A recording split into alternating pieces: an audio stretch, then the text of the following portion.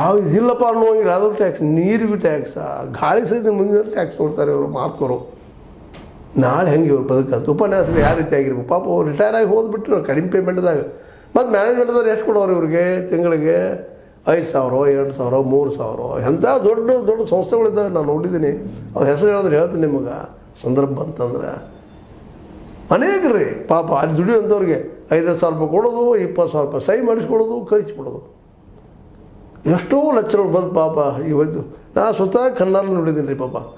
ಆ ಒಣ ಅನ್ನ ಖಾರ ಹಾಕಿ ಊಟ ಮಾಡುವಂಥವ್ರು ಪಾಪ. ಇವತ್ತು ಕೊನೆಗೆ ಇದಂಥವ್ರು PhD ಅಂಥವ್ರು ಅನೇಕರು ಸಾಯಂಕಾಲ ಹೋಗಿ ಬಾರಗಳಲ್ಲಿ ಕೆಲಸ ಮಾಡ್ತಾರಂಥದ್ದು. ಎಷ್ಟು ಕನಿಷ್ಠ ಇರ್ಬೇಕು ನಮ್ದು. ನಮ್ಮ ಟ್ಯಾಕ್ಸನ್ನ ಎದಕ್ಕೆ ಬಳಸ್ತಾ ಇದ್ದೀರಪ್ಪ ನೀವು ಎಲ್ಲ ಅಂತ ಇವತ್ತು ಎಲ್ಲ ಜನ ಎದ್ದು ಕೇಳಬೇಕು. ಉಪನ್ಯಾಸಕರಿಗೆ ಅಲ್ಪಸಂಖ್ಯಾತರು ಇವರು.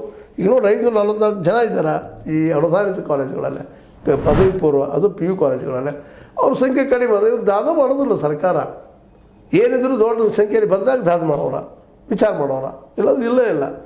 ಎಲ್ಲ ದೃಷ್ಟಿಯಲ್ಲೇ ಅವ್ರು ರಿಪೋರ್ಟನ್ನು ಮಾಡಿದ್ರು 25 ವರ್ಷದಿಂದ ಆಗಿಲ್ಲ ಅಂತೇಳಿ. ಈ ಸರ್ಕಾರ ಏನು ಮಾಡ್ಬೇಕು, ಮಾಡೋಕ್ಕೆ ಸಾಧ್ಯದ?